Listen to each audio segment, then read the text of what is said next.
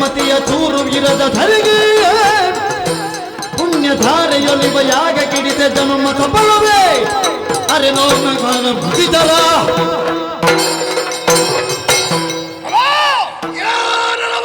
ನಿನ್ನ ಆಯ ಆಕಾರ ಧ್ವನಿ ಇದು ಎಲ್ಲವನ್ನು ಕೇಳಿದಾಗ ನೋಡಿದಾಗ ನೀನು ರಾಕ್ಷಸ ಎಂಬುದಕ್ಕೆ ಅನುಮಾನವೇ ಇಲ್ಲ. ಅನುಮಾನವೇ ಬೇಡ, ರಾಕ್ಷಸನೇ. ಯಾರೇ ಆಗಿರು ಋಷಿ ಮುನಿಗಳು ಮಾಡುವಂತ ಯಜ್ಞ ಅದು ಲೋಕ ಕಲ್ಯಾಣಕ್ಕೆ ಬೇಕಾಗಿ ಮಾಡ್ತಿರುವುದು.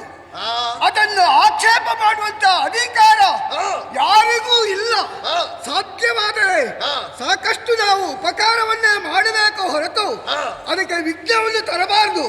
ತಂದೆ ಅಂತಾಗೆ ನಾನು ಸುಮ್ಮನಿರುವುದಿಲ್ಲ. ಏನು ಮಾಡ್ತೀನಿ? ತಲೆ ತೆಗಿತೇನೆ. ಅಯ್ಯೋ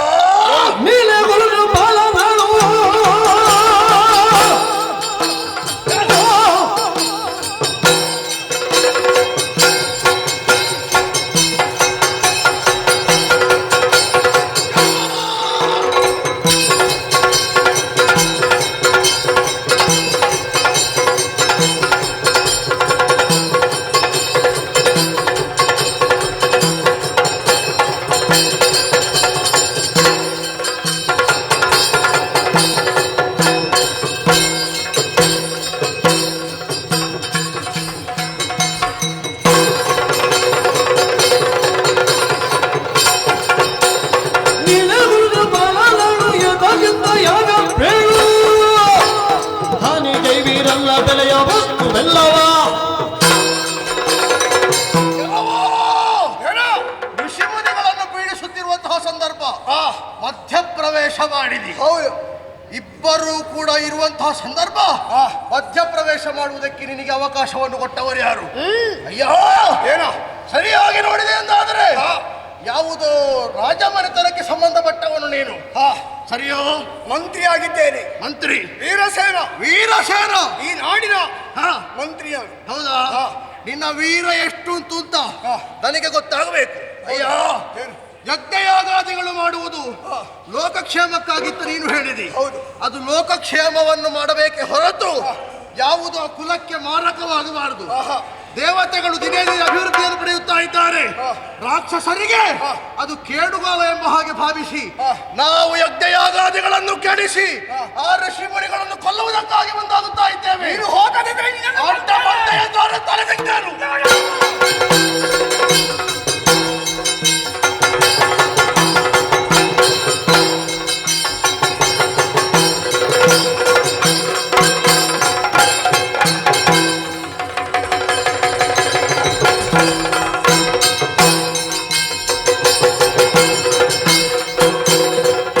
ಸೂರ್ಯವಂಶದ ದೊರೆಯ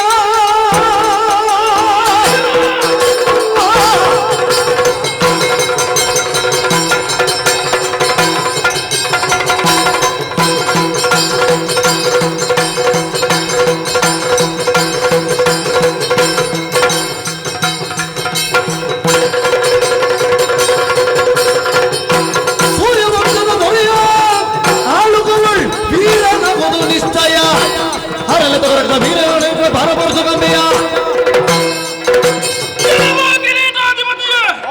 ನಮ್ಮವರನ್ನು ಸೋಲಿಸಿದೆ ಎನ್ನುವ ಗರ್ವದಿಂದ ಮುಂದುವರಿಯಬೇಡವೋ?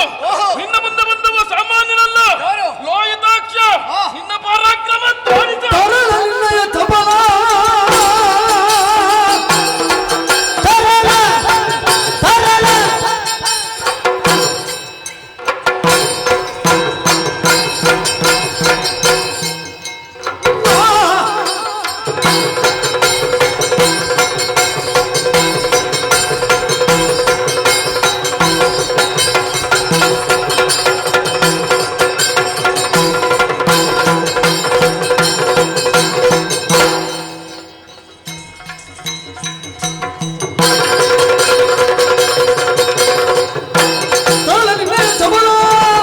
ಸಾಕು ಸಾಕು ಸಾಕೀಗಲೇ ತೆರಳು ಬಾಳುವೆ ಬಹಳ ಸರದ ಗೆಳೆಯರೆಲ್ಲ ಪ್ರತಿಭೆ ಬಯಸುವ ಥಳನವಿದು ನೋಡೆಲ್ಲ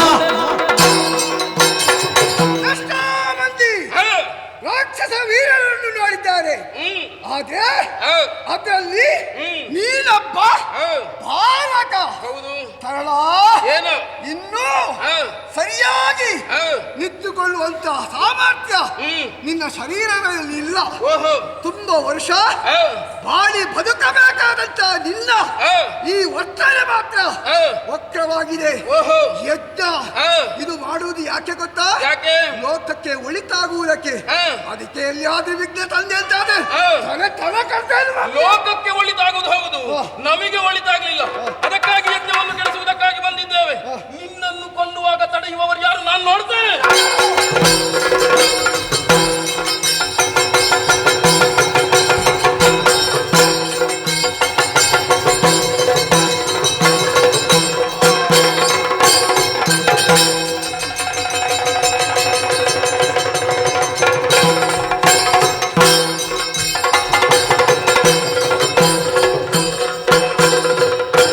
ನಿಲ್ಲು ನೀಲಗುರು ಶೂರನು ನಿಲ್ಲು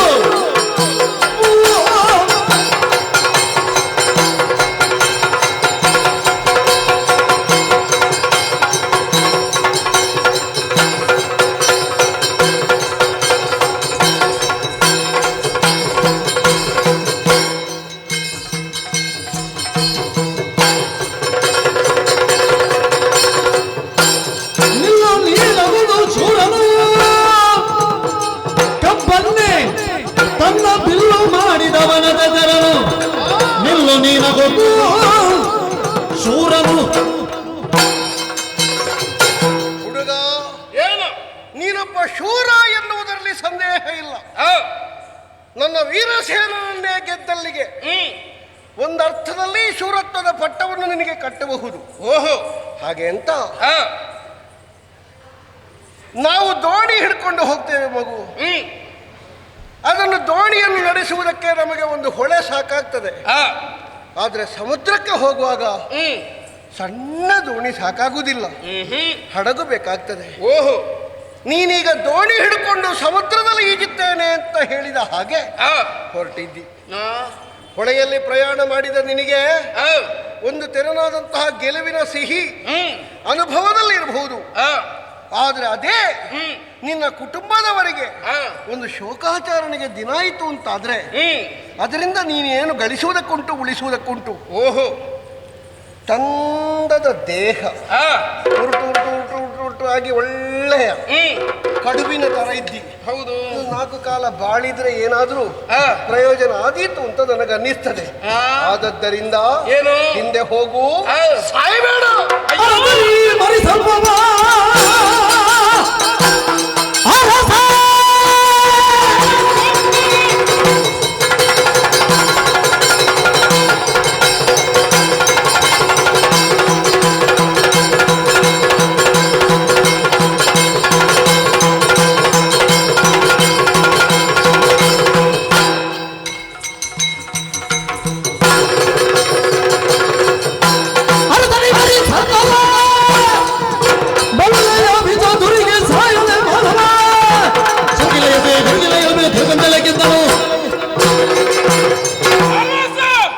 ನಿಬಂಧನ ನಿನ್ನ ಮಾತನ್ನು ಕೇಳುವಾಗ ಯಾಕೋ ಏನೋ ಸಿಟ್ಟು ಎನ್ನುವುದು ನೆತ್ತಿಗೆ ಏರುತ್ತಾ ಇದೆ. ಹೊಳೆಯಲ್ಲಿ ಈಜಿನವನಿಗೆ, ದೋಣಿಯಲ್ಲಿ ಸಂಚಾರ ಮಾಡಿದವನಿಗೆ ಸಮುದ್ರದಲ್ಲಿ ಸಂಚಾರ ಮಾಡುವುದಕ್ಕೆ ಸುಲಭ. ನೋಡು, ಏನು ಸಿಟ್ಟು ಯಾವಾಗಲೂ ನೆತ್ತಿಗೆ ಏರಬಾರ್ದು. ಯಾಕೆ? ಆರೋಗ್ಯದಲ್ಲಿ ಒಳ್ಳೆ ಲಕ್ಷಣ ಅಲ್ಲ. ಆ, ವೈದ್ಯರು ಹೇಳ್ತಾರೆ ಸಿಟ್ಟು ನೆತ್ತಿಗೆ ಏರಬಾರ್ದು. ಅದು ನಿಮ್ಮಂತವರಿಗೆ ಮಾತ್ರ. ನಮ್ಮಂತವರಿಗೆ ಸಿಟ್ಟು ಏರ್ಲೇಬೇಕು. ಸಿಟ್ಟು ಏರುವಾಗಲೇ ಉಲ್ಲಾಸ, ಉತ್ಸಾಹ ಅಧಿಕವಾಗುವುದು. ಈ ಪ್ರಪಂಚದಲ್ಲಿ ಹೆಚ್ಚು ಬದುಕುವ ಜೀವಿ ಯಾವುದು ಗೊತ್ತೇನೋ ನಿನಗೆ? ಯಾವುದು? ಆಮೆ. ಆ, ಅದು ಯಾಕೆ ಬದುಕುತ್ತದೆ? ಯಾಕೆ? ಅದಕ್ಕೆ ಸಿಟ್ಟು ಏರುವುದೇ ಇಲ್ಲ. ಆಹಾ, ಅದು ಶ್ವಾಸ ತೆಕ್ಕೊಳ್ಳುವುದು ಭಾರೀ ನಿಧಾನ. ಆ, ಅತ್ಯಂತ ಬೇಗ ಸಾಯುವುದು ಯಾವುದು ಗೊತ್ತಾ? ಯಾವುದು? ಓ, ಅಲ್ಲಿ ಹೇಳ್ತೇನೆ, ಇಲ್ಲಿ ಹೇಳುವುದಿಲ್ಲ ನಾನು. ಆಮೆ ಯಾರ ಕಣ್ಣಿಗೂ ಗೋಚರಿಸುವುದಿಲ್ಲ, ಅದು ಅದರಷ್ಟಕ್ಕೆ ಜೀವಿಸುತ್ತದೆ. ನಾವು ಹಾಗಲ್ಲ, ಲೋಕಮುಖದಲ್ಲಿ ಗುರುತಿಸಿಕೊಳ್ಳಬೇಕು ಎನ್ನುವ ಉದ್ದೇಶದಿಂದಲೇ ಹೊರಟವರು ನಾವು. ಅಯ್ಯ ನೋಡು ಮಗು, ಏನು ಗುರುತಿಸಿಕೊಳ್ಬೇಕು ಅಂತ ಹೊರಡುವಾಗ ಆ, ಗುರುತಿನ ಪುಸ್ತಕವೇ ಬಿಸಾಡುವ ಹಾಗೆ ಮಾಡಬೇಡ ಮಗ ನೀನು. ಖಂಡಿತವಾಗಿಯೂ ಸಾಧ್ಯವಿಲ್ಲ. ಈ ಪ್ರಪಂಚದಲ್ಲಿ ಹಾವಿನ ಮರಿ ಒಬ್ಬನಿಗೆ ಕಚ್ಚಿತು ಎಂದಾದರೆ ಅವ ಭಾವಿಸುವುದು ಏನು? ಅದು ಸಣ್ಣ ಮರಿ, ಅದು ಕಚ್ಚಿದ್ರೆ ಏನಾಗುವುದಿಲ್ಲ ಎನ್ನುವ ಹಾಗೆ ಭಾವಿಸಿ ಅವನಷ್ಟಕ್ಕೆ ಕೆಲಸ ಮಾಡಿದರೆ ಪರಿಣಾಮ ಏನು? ಸತ್ತೇ ಹೋಗುತ್ತಾನೆ. ಹಾವಿನ ಮರಿ ನಾನು. ಆದ್ರೆ ಒಂದು ನೆನಪಿಟ್ಟುಕೋ, ಏನು? ಹಾವಿನ ಮರಿಯ ಹಲ್ಲು ಆ. ಅಷ್ಟು ಗಟ್ಟಿ ಇರುವುದಿಲ್ಲ, ಓಹೋ, ವಿಷ ಇರ್ತದೆ. ಆ. ಆದ್ರೆ ಕಚ್ಚುವುದಕ್ಕೆ ಅದಕ್ಕೆ ಕೂಡ್ತದೋ ಅಂತ ಇರುವುದು. ವಿಷವನ್ನು ಪ್ರಯೋಗಿಸುವವ ನಾನು. ಹಲ್ಲು ಗಟ್ಟಿ ಉಂಟಾ ಗಟ್ಟಿ ಇಲ್ವಾ ಎನ್ನುವುದನ್ನು ದುರಮುಖೇನ ನಿನಗೆ ತೋರಿಸ್ತೇನೆ. ಅಂತೂ ಮನೆಯಲ್ಲಿ ಹೇಳಿಯೇ ಬಂದಿದ್ದಿ ಅಂತ ಕಾಣ್ತದೆ ನನಗೆ. ಮನೆಯಲ್ಲಿ ಹೇಳಿಯೇ ಬಂದದ್ದು, ಬಂದವರನ್ನು ಮುಗಿಸಿಯೇ ಬರ್ತೇನೆ ಎನ್ನುವ ಹಾಗೆ. ಆಯ್ತು, ಆ, ನೀನನ್ನು ಗೆದ್ರೆ ಗೆಲುವಲ್ಲ, ಆ, ನೀನು ಸೋತ್ರೆ ಆ. ನನಗೆ ದೊಡ್ಡ ವಿಜಯ ಸಂಭ್ರಮ ಇಲ್ಲ. ಹೌದಾ? ಆದ್ರೆ ಮಗುವಾದ ನೀನು ನನ್ನ ಕೈಯಲ್ಲಿ ಸಾಯಬೇಕಾಗ್ತದಲ್ಲ ಎನ್ನುವುದರಿಂದ ಇಷ್ಟು ಹೇಳಿ. ನನ್ನಲ್ಲಿ ನೀನು ಸೋತ್ರೆ ನನಗೆ ಅದು ವಿಜಯೋತ್ಸವ. ಹೌದು, ಆಚರಿಸೋಣವ. ನಿಲ್ಲು.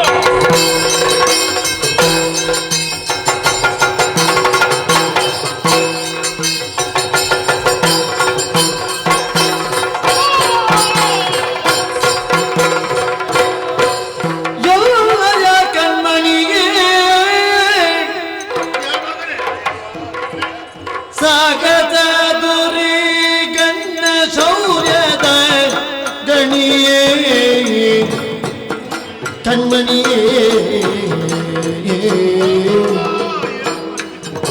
ಕಂಡರಳಿತೆ ನೋಡೆಯ ಎಲ್ಲೊಡನೊಮ್ಮೆ ಚಿನ್ನನಿ ಮಾತಾಡೆಯ ಕಣ್ಮಣಿಯೇ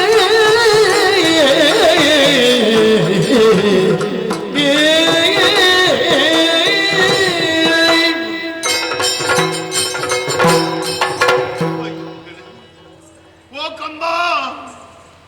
ತುಂಡಾಗಿ ಹೋಯಿತು. ಬೇಡ ಬೇಡ ಅಂತ ಹೇಳಿದ್ರು. ಹಠದಿಂದ ನಾನು ಹೋಗ್ತೇನಪ್ಪ ಅಂತ ನನ್ನಿಂದ ಅಪ್ಪಣೆಯನ್ನು ಪಡೆದು ಬಂದವ ನೀನು. ಇಲ್ಲಿ ನೋಡಿದ್ರೆ ರಾಜನ ಕೈಯಿಂದ ಹತನಾಗಿ ಯಮಲೋಕವನ್ನು ಸೇರಿದೆಯ ಮಗನೇ. ಕಂದ, ನನ್ನನ್ನು ಬಿಟ್ಟು ಹೋದೆಯ ಕಂದ. ನನ್ನ ಕರುಳ ಕುಡಿಯೇ ತುಂಡಾಗಿ ಹೋಯ್ತಲ್ಲ. ಇನ್ನು ಮುಂದೆ ಈ ರಕ್ಕಸ ಕುಲದಲ್ಲಿ ನಿನ್ನನ್ನು ಕಾಣುವುದು ಎಂತು ಮಗನೇ? ಶಿವನೇ, ಭಗವಂತ, ಈ ರೀತಿಯಾದಂಥ ದುಸ್ಥಿತಿ ಯಾಕೆ ತಂದು ಬಿಟ್ಟೆ ಮಗನೇ? ಬರುದುಳಗಿದಿರಾದ ದೊರೆ ನೀತಿ ಮನ್ಮವ ಹೊರೆದನು ರಾಕ್ಷಸಗೆ ಮರಳು ದಾನವನೇ ನಿನ್ನ ದಾನವ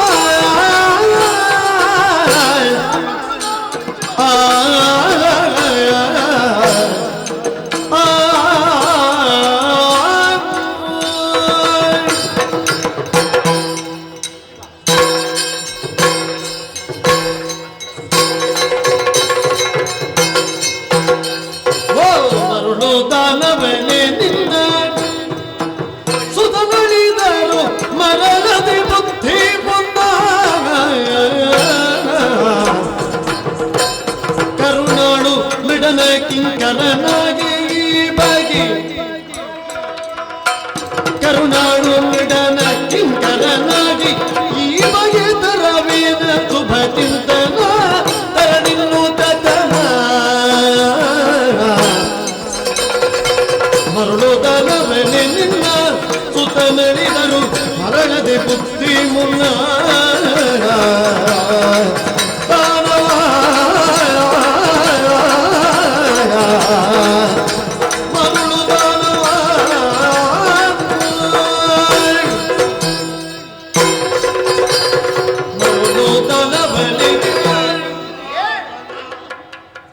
ಮಡಿಕೆಯ ಹೊಟ್ಟೆಯವರೇ, ಕುಂಬೋದರ ಅಂತ ಹೇಳಿದ್ರೆ ಹಾಗಲ್ವ? ಮಡಿಕೆಯ ಹಾಗೆ ಹೊಟ್ಟೆ ಇರುವವ. ಗುಡಾಣದ ಹಾಗೂ ಉಂಟು. ಏ ಹುಚ್ಚ, ನೀನು ಅರೆ ಹುಚ್ಚ. ಈ ಪ್ರಪಂಚದಲ್ಲಿ ಹುಚ್ಚಿಲ್ಲದಿದ್ದರೆ ಬದುಕಲಿಕ್ಕೆ ಸಾಧ್ಯ ಇಲ್ಲ. ಇಲ್ವಲ್ಲ? ಆದ್ರೆ ನಿನಗೆ ಜೋರು ಉಂಟು ಅಂತ ಹೇಳುದು ನಾನು. ಹೌದಾ?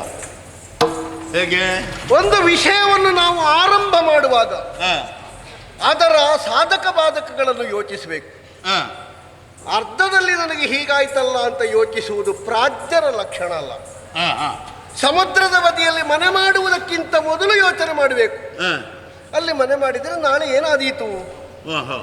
ಮನೆ ಮಾಡಿದ ಮೇಲೆ ವಾಸನೆ ಬರ್ತದೆ, ತೆರೆ ಬರ್ತದೆ, ಬಿಸಿ ಗಾಳಿ ಬರ್ತದೆ. ಈಗ ಸಮುದ್ರದ ಬದಿಯಲ್ಲಿ ಮನೆ ಮಾಡಿದವರು ಏನು ಆಗಲಿಲ್ಲ. ಹೇಳಿದ್ದು ನಾನು.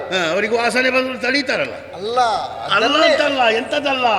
ಇಲ್ಲಿ ಕೇಳು. ಏನು ಹೇಳು? ಯುದ್ಧಕ್ಕೆ ನೀನು ಬಂದೆ, ನಿನ್ನ ಮಗ ಸತ್ತ. ಹೌದು. ನೀನು ಯಾಕೆ ದುಃಖಿಸುವುದು? ಮಗ ಸತ್ತದ್ದು, ನೀನು ಸತ್ತದ್ದಲ್ಲ.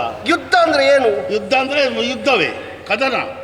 ಸಮರ ಅಂತ ಅದಕ್ಕೊಂದು ಹೆಸರುಂಟು. ಕದನ ಅಂದ್ರೆ ಮತ್ತೆಂತದ್ದು? ಅಲ್ಲ, ಸಮರ ಅಂತ ಒಂದು ಹೆಸರುಂಟು. ಸಮರ ಅಂದ್ರೆ ಒಂದೇ, ಯುದ್ಧ ಅಂದ್ರೆ ಒಂದೇ, ಕದನ ಅಂದ್ರೆ ಒಂದೇ. ಅದು ಒಂದೇ ಆದ್ರೂ ಅದಕ್ಕೆ ಅರ್ಥ ಬೇರೆ ಬೇರೆ ಉಂಟು. ಯಾವುದು? ಸಮರ ಅಂದ್ರೆ ಮರಣ ಸಹಿತವಾದದ್ದು ಅಂತ ಲೆಕ್ಕ. ಕದನ ಅಂದ್ರೆ ಯುದ್ಧವೇ. ಯುದ್ಧ ಅಂದ್ರೆ ಅದು ಯುದ್ಧವೇ. ಅದರಲ್ಲಿ ಯಾರು ಸಾಯುವುದಿಲ್ವಾ? ಸಮರ ಎನ್ನುವ ಶಬ್ದಕ್ಕೆ ಅರ್ಥ ಹಾಗೆ, ಮರಣ ಸಹಿತವಾದದ್ದು. ಅದರಲ್ಲಿ ನಮ್ಮನ್ನು ನಾವು ತೊಡಗಿಸಿಕೊಳ್ಳುವಾಗ ಒಬ್ಬ ಸತ್ತ, ಇನ್ನೊಬ್ಬ ಗೆದ್ದ, ಸಮಾನವಾಗಿ ಅದನ್ನು ಸ್ವೀಕರಿಸುವುದಕ್ಕೆ ಯಾರಿಗೆ ಎದೆಗಾರಿಕೆ ಉಂಟು ಅವ ಮಾತ್ರ ಇಳಿಬೇಕು. ಸಮುದ್ರಕ್ಕೆ ಇಳಿದ ಮೇಲೆ ಅಯ್ಯೋ ಕಾಪಾಡಿ ಕಾಪಾಡಿ ನಾನು ಸಾಯ್ತೇನೆ ಇಳಿಯುವುದಕ್ಕಿಂತ ಮೊದಲು ಆಲೋಚನೆ ಮಾಡಬೇಕು. ಏ ಹುಚ್ಚ, ನಿನಗೆ ಅಂತ ಹೇಳಿದ್ದು ನಾನು. ಹೌದು, ನಾನು ಹುಚ್ಚನೆ. ಹುಡುಗನನ್ನು ನೀನು ಹೇಳ್ತೇನೆ, ನಾನು ಸಮುದ್ರಕ್ಕೆ ಇಳಿಯುವುದು ಅಂತ ಹೇಳ್ತೀಯಲ್ಲ. ಹುಡುಗನನ್ನು ತಂದು ಸುಮ್ಮನೆ ಬಲಿ ಕೊಟ್ಟಿಯಲ್ಲ, ನಿನಗೇನು ಹೆಚ್ಚಾಗಿದೆ? ನೀನ್ಯಾರು? ನಾನು ಇಲ್ಲಿ ಅರಸ ನಿಬಂಧನ. ಓ, ನೀ ಭಂಡನ? ಎಂತದು? ನೀ ಭಂಡನ? ನೀ ಭಂಡನ? ಪೃಥ್ವಿ ಹರದಿರೋ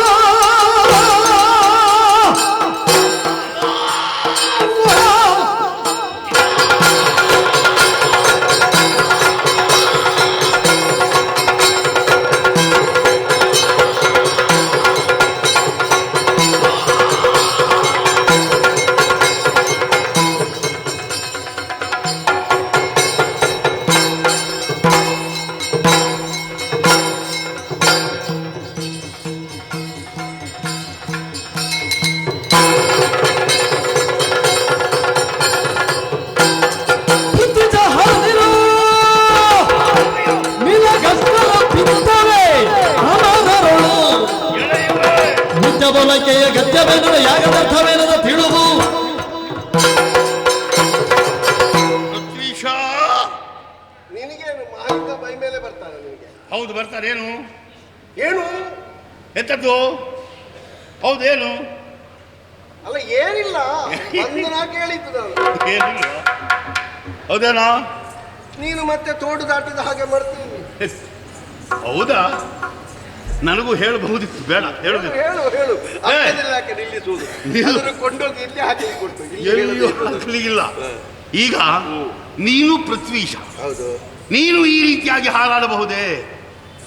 ನಾನೇನು ಹಾರಾಡಿದೆ? ಎತ್ತರಕ್ಕೆ ಹಾರ್ತಾ ಇದೆಯಲ್ಲ. ನೋಡು, ಹಾ, ಶಕ್ತಿ ಮಹರ್ಷಿಗಳು ಕೈಗೊಂಡಿರುವಂತಹ ಪರ್ಜನ್ಯ ಯಾಗ ಹಾ. ಲೋಕದ ಕಲ್ಯಾಣಕ್ಕಾಗಿ ಮಾಡ್ತಾ ಇರುವುದು. ಹಾ. ಈ ಪರ್ಜನ್ಯ ಯಾಗ ಮಾಡುದು ಯಾಕೆ? ಯಾರಿಗೊತ್ತು?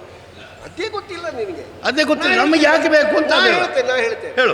ಲೋಕಕ್ಕೆ ಮಳೆ ಬರಬೇಕು ಅಂತ. ಹಾ, ಈ ಬಂತಾ? ಲೋಕಕ್ಕೆ ಮಳೆ ಬರಬೇಕು ಅಂತ ಆಗುವಾಗ ಆ ಲೋಕದಲ್ಲಿ ನೀನಿಲ್ವಾ? ಲೋಕಕ್ಕೆ ಮಳೆ ಬಂತ? ಬರ್ತದೆ. ಯಾವಾಗ? ಆ ಯಜ್ಞದ ಫಲಶ್ರುತಿಯೇ ಮಳೆಯ ಲಕ್ಷಣ.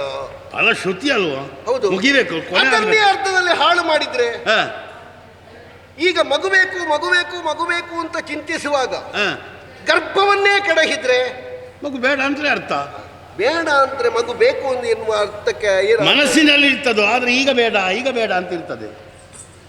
ಯಜ್ಞವನ್ನು ಮಾಡುವುದು ಲೋಕದ ಕ್ಷೇಮಕ್ಕಾಗಿ. ಹಾ. ಆ ಲೋಕದಲ್ಲಿದ್ದಂತ ಎಲ್ಲರಿಗೂ ಕ್ಷೇಮ ಆಗ್ತದೆ. ಓಹೋ. ಈಗ ಈ ಮಳೆ ಬರುವಾಗ ನನ್ನ ಮನೆಗೆ ಮಾತ್ರ ನಿನ್ನ ಮನೆಗೆ ಬರುವುದಿಲ್ಲ ಅಂತ ಏನಾದ್ರೂ ಉಂಟಾ? ನನ್ನ ಮನೆಗೆ ಬರುವುದಿಲ್ಲ, ಬರ್ತದೆ, ಅದರ ಲೆಕ್ಕ ನಾನು ತೆಗೆದುಕೊಳ್ಳುವುದಿಲ್ಲ. ಮತ್ತೆ ನೀನು ಯಾವ ನನಗೆ- ಲೆಕ್ಕ ತೆಕ್ಕೊಳ್ತಿ ನೋಡುವ? ನಾನು- ನೀನು ತೆಕ್ಕೊಳ್ಳುವ ಲೆಕ್ಕ ಯಾವುದು ನೋಡು? ನಮ್ಮ ತೆಕ್ಕಳುವ ಲೆಕ್ಕ ಬೇರೆ. ಅದು ಯಾವುದು? ದೇವತೆಗಳು. ಹೌದು. ಆ ದೇವತೆಗಳು ಸೊಕ್ಕಿನಿಂದ ಬೆರೆಯುತ್ತಾ ಇದ್ದಾರೆ.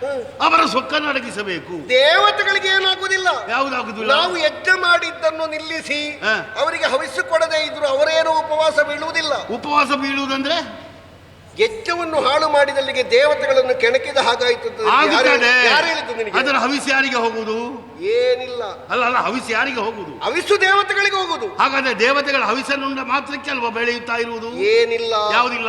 ನಾವು ಪ್ರತಿಫಲಾಪೇಕ್ಷೆಯಿಂದ ದೇವರಿಗೆ ಅರ್ಚನೆಯನ್ನು ಸಲ್ಲಿಸುವುದು. ದೇವರಿಗೆ. ನೋಡು, ನೀರಲ್ಲಿ ಕೋಪ ಉಂಟು ಅಂತ ಮೈ ತೊಳೆಯದೇ ಇದ್ರೆ ನೀರಿಗೇನು ನಷ್ಟ ಇಲ್ಲ, ನಮ್ಮ ಮೈ ವಾಸನೆ ಬರುವುದು. ಆ, ದೇವತೆಗಳಿಗೆ ಹವಿಸ್ಸು ಕೊಡುವಾಗ ಅದನ್ನು ನಿಲ್ಲಿಸಿದ್ರೆ ದೇವತೆಗಳೇನು ಉಪವಾಸ ಬಿದ್ದು ನಿನ್ನ ಮನೆಯಲ್ಲಿ ಬಂದು ಬೇಡ್ಲಿಕ್ಕೆ ಬರುವುದಿಲ್ಲ. ಎಲ್ಲ ನೀನು. ನಾವು ಹವಿಸ್ಸು ಕೊಡುವುದು ಒಂದೊಂದು ಯಜ್ಞದಲ್ಲಿ ಒಂದೊಂದು ಮಂತ್ರವನ್ನು ಹೇಳಿ ಅವರಿಗೆ ಸಮರ್ಪಣೆ ಮಾಡುವುದು ಏನು? ಯಾಕೆ? ಅವರಲ್ಲಿ ಕೇಳಿಕೊಳ್ಳುವುದು ನಾವು ಏನು? ಪ್ರಪಂಚಕ್ಕೆ ಇಂಥದ್ದನ್ನು ಕೊಡಿ ದೇವರೇ, ಇಂಥದ್ದನ್ನು ಕೊಡಿ ದೇವತೆಗಳೇ.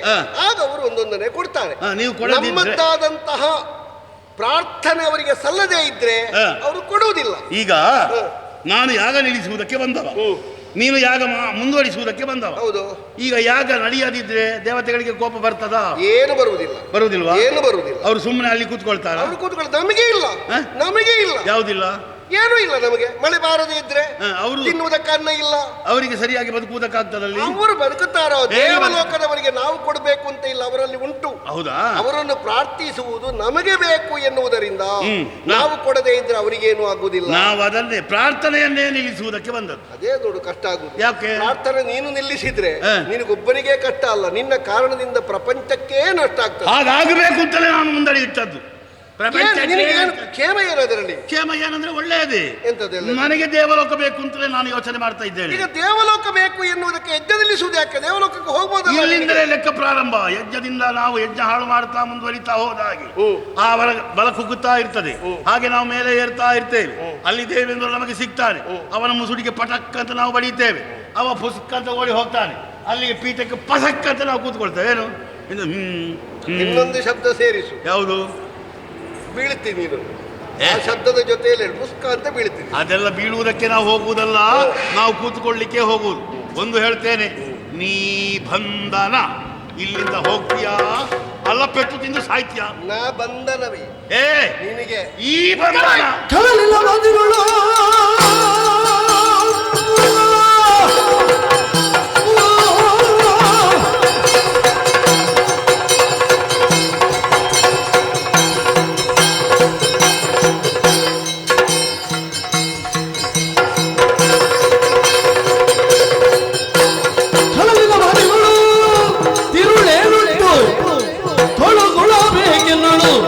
ಇಳೆಯ ಸತ್ಯಮ್ಮದ ಮನೆಯ ಸುರಕ್ಕಲು ಮಳೆಯಿಂದ ಸಲಹುವರು.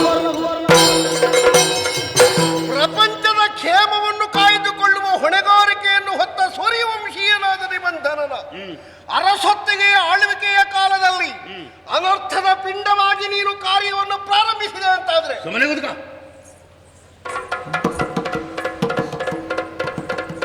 ಯಾರು ನಿನ್ನ ಕುಟುಂಬದವರವ? ಹೇಳೋ ಮತ್ತೇನು? ನಿನ್ನನ್ನು ಬಾಣ ಮಾತ್ರದಿಂದ ತಲೆ ಕಡಿದು ಹಾರಿಸದೇ ಇದ್ರೆ ಸುಮ್ಮನೆ ಕೂತ್ಕ. ಒಂದ ನಾನು ಕೊಲ್ಲುವುದು, ಇಲ್ಲದೆ ಇದ್ರೆ ನನ್ನ ಮಗ ನಿನ್ನನ್ನು ಕೊಲ್ಲುವುದು.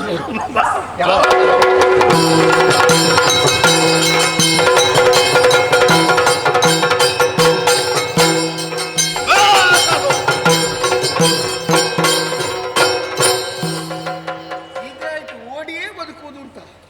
ಇನ್ನು ಎಲ್ಲಿ ತಲೆ ಎಬ್ಬಿಸ್ತಾನೋ ಎಲ್ಲಿಂದ ಹೇಳ್ತಾನೋ ಹೇಳಲಿಕ್ಕೆ ಸಾಧ್ಯ ಇಲ್ಲ. ಈ ಕೆಟ್ಟ ಬೀಜಗಳೆಲ್ಲ ಕೊಟ್ಟು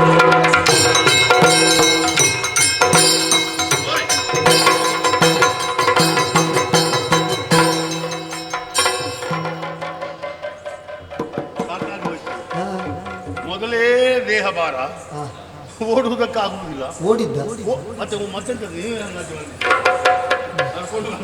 ಅಲ್ಲ, ಹಾಗಲ್ಲ. ಯುದ್ಧದಿಂದ ಪಲಾಯನ. ಯಾವುದು ಪಲಾಯನ? ಬೇರೆ ಪಲಾಯನ. ಓಡಿದ್ದಂದ್ರೆ ಓಡಿದ್ದೆ. ಕಣ್ಣು ಕಾಣುವುದಕ್ಕೆ ನನಗೆ ದಾರಿ ಕಾಣುವುದಿಲ್ಲ. ಕಣ್ಣಿಗೆ ದಾರಿಯೇ ಕಾಣುವುದಿಲ್ಲ ಅಂತಂದ್ರೆ ಎಲ್ಲಿಗಂತ ಓಡುವುದು? ಓಡಿ ಓಡಿ ಬಂದೆ. ಜೀವ ಉಳಿದ. ಆದ್ರೆ ಎಂತದ್ದು ಜೀವ ಉಳಿಯುವುದು?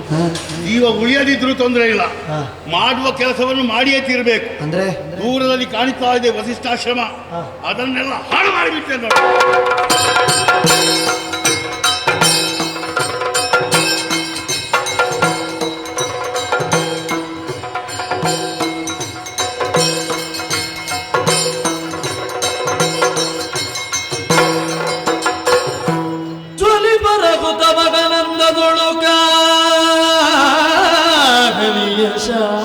ಶಾಂತತೆಯಾಂತ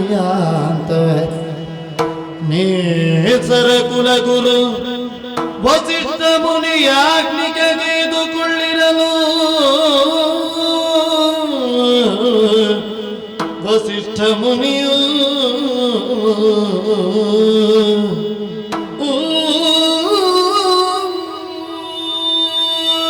ಪ್ರಶಾಂತವಾದಂತಹ ಅಯೋಧ್ಯೆಗೆ ಬರಸಿಡಿಲೇ ಎರಗಿದ ಹಾಗೆ ದಾನವನೊಬ್ಬನ ಉಪಟಳವಾದದ್ದು ಮಾತ್ರವಲ್ಲ, ನಮ್ಮ ಆಶ್ರಮವನ್ನು ಹಾಳುಗೆಡಹುವುದಕ್ಕಾಗಿ ಬಂದಿದ್ದಾನೆ. ಗುರುವಾಗಿ ಸರ್ವವನ್ನು ರಕ್ಷಿಸಬೇಕಾದವ ನಾನು, ಅಯೋಧ್ಯೆಯ ಕುಲಗುರು ವಸಿಷ್ಠ. ಸಹಸ್ರಾರು ಮಂದಿ ಶಿಷ್ಯರಿಗೆ ಪಾಠವನ್ನು ಹೇಳಿಕೊಡುವವ. ಅರಮನೆಯನ್ನು ಅರಸನನ್ನು ರಕ್ಷಿಸಬೇಕಾದ ನಮ್ಮ ಧರ್ಮವಾದ್ದರಿಂದ ಅವನ ಮಗನಾದಂತಹ ಸತ್ಯವ್ರತ ಇಲ್ಲಿದ್ದಾನೆ. ಆಯುಧ ಬಾಣಿಯಾಗಿ ಬಾ ಮಗು.